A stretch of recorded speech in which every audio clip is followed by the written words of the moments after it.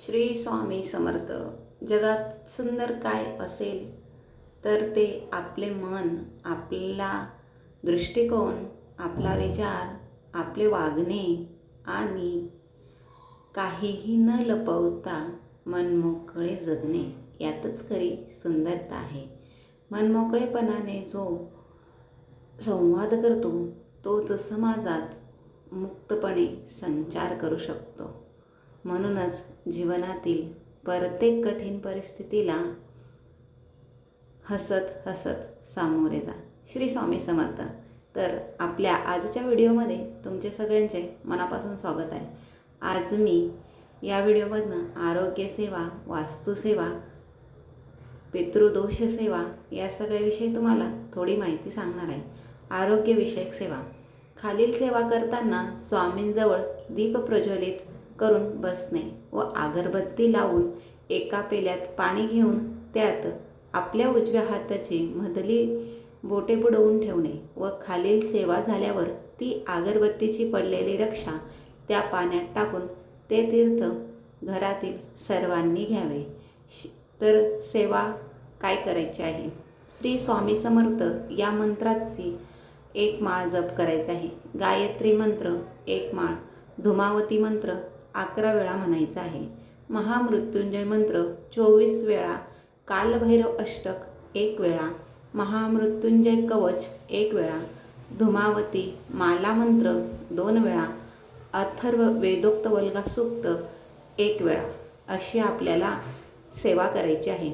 वरील सेवा करून ते तीर्थ आपल्या कुटुंबातील आजारी व्यक्तीला देणे तसेच घरातील सर्वांनी घेणे. यामुळे आरोग्याच्या सर्व समस्या निवारण होतात. जर मुलांना दृष्टी लागली असेल, मुलं सारखे चिडचिड करत असतील तर ही सेवा करून ते तीर्थ तुम्ही मुलांना देऊ शकता. त्यामुळे मुलं शांत होतात. दररोज नित्यसेवा कशी करावी? पितरांची सेवा. देवपूजा करायच्या अगोदर म्हणजे आंघोळ करून लगेचच सकाळी आंघोळ करून तुम्ही पहिले आपल्याला पितरांची सेवा करायची आहे. देवपूजा करण्यापूर्वी दक्षिण दिशेकडे तोंड करून बसावे. दक्षिण दिशा ही पितरांची दिशा मानली जाते. नित्यसेवा ग्रंथात दिलेले पितृस्तुती कारक स्तोत्र किंवा पितृसूक्त याचे पठण करावे. तुम्हाला दक्षिणेकडे तोंड करून ही सेवा करायची आहे. पितरांची सेवा पूर्ण झाल्यानंतर कोणाशीही न बोलता हात, पाय आणि तोंड स्वच्छ धुवावे, आचमन करावे. त्यानंतरच घरातील देवांची पूजा करावी. पितरांची सेवा झाल्यानंतर हात, पाय धुवून मग तुम्ही देवाची पूजा करू शकता. तोपर्यंत कोणाशीही बोलू नका. श्री स्वामी समर्थ मंत्राच्या 11 माळी करायच्या. नित्यसेवा. श्री स्वामी समर्थ या मंत्राच्या रोज 11 माळी. स्वामी चरित्र सारामृत ग्रंथाचे क्रमशः 3 अध्याय दररोज वाचावे. क्रम आज 1, 2, 3, उद्या 4, 5, 6, परवा 7, 8, 9 अशा प्रकारे 7 दिवसात 21 अध्याय वाचन होतात. 1 माळ नवार्णव मंत्र. ओम ऐं ब्रीं क्लीं चामुंडाय विच्चे या नवार्णव मंत्राचे 1 माळ. गायत्री मंत्र 1 माळ व रोज पंचमहायज्ञ ही पंचमहायज्ञाची सेवा करायची आहे. कालभैरव अष्टक 1 वेळा म्हणायचे आहे. प्रत्येकाने श्री स्वामी समर्थ या मंत्राचा अखंड नामस्मरण चालू ठेवा. करोडो लोकांना अनुभव येत आहेत. तर आपल्या छोट्या मोठ्या अडचणी ह्या श्री स्वामी समर्थ या मंत्रानेच नाहीशा होतात आणि स्वामींचे गुरुभक्तीचे आपल्याला पाठबळ मिळत असते. मनाची मशागत. रोज सकाळी नियमितपणे प्रार्थना करा. प्रार्थनाने मनाला सकारात्मक ऊर्जा मिळते. गायत्री मंत्र, सूर्यमंत्र, सरस्वती मंत्र, श्री स्वामी समर्थ मंत्र जप करा. गणपती अथर्वशीर्ष रोज म्हणा. प्रज्ञाविवर्धन स्तोत्र पठण करा. आपले मन सदृढ निकोप होते. बुद्धी तेजस्वी बनते. एकाग्रता वाढते. कल्पनाशक्तीची, स्मरणशक्तीची वाढ होते. भीती कमी होते. संकल्प सिद्धीत जातात. जर तुम्ही रोज गणपती बाप्पाची सेवा करत असाल तर तुमचे कार्य निर्विघ्नपणे पार पडत असते. झोपेत जर भयानक व वाईट स्वप्न पडतात तर त्यासाठी हा छोटासा उपाय आहे. रात्री झोपेत जर भयानक व वाईट स्वप्न पडत असतील तर झोपताना एक वेळ श्री स्वामी समर्थ कालभैरव अष्टक वाचन करून झोपावे. वाईट स्वप्न पडत नाहीत.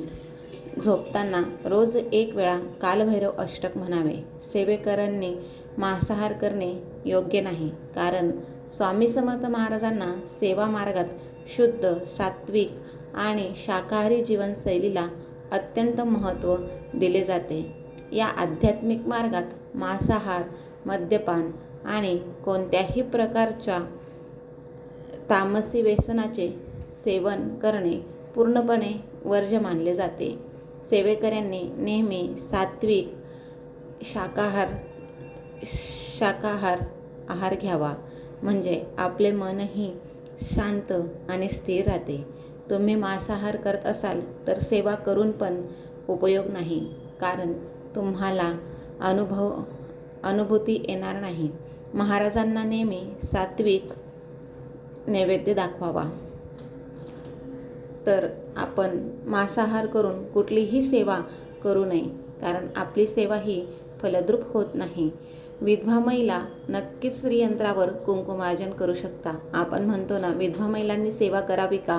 तर हो, नक्कीच तुम्ही सेवा करू शकता. अध्यात्म, भक्ती आणि पूजेच्या मार्गात कोणताही लिंगभेद किंवा वैवाहिक स्थितीचा अडथळा नसतो. ईश्वर केवळ भक्ती, शुद्ध मन आणि श्रद्धेला महत्त्व देतो. त्यामुळे तुम्ही निःसंकोचपणे कुठलीही सेवा, स्वामींची सेवा किंवा श्रीयंत्राची सेवा करू शकता. पितृदोष कमी करण्याचा प्रभावी उपाय. तर पितृदोष कमी करण्यासाठी हा छोटासा उपाय. प्रत्येक भगिनीने घरी सकाळी स्वयंपाक करताना, विशेषतः तव्यात पोळी करताना अगोदर 2 थेंब दुधाचे टाकावे. त्यामुळे घरातील किरकोळ शारीरिक तक्रारी अथवा आजारपण कमी होते.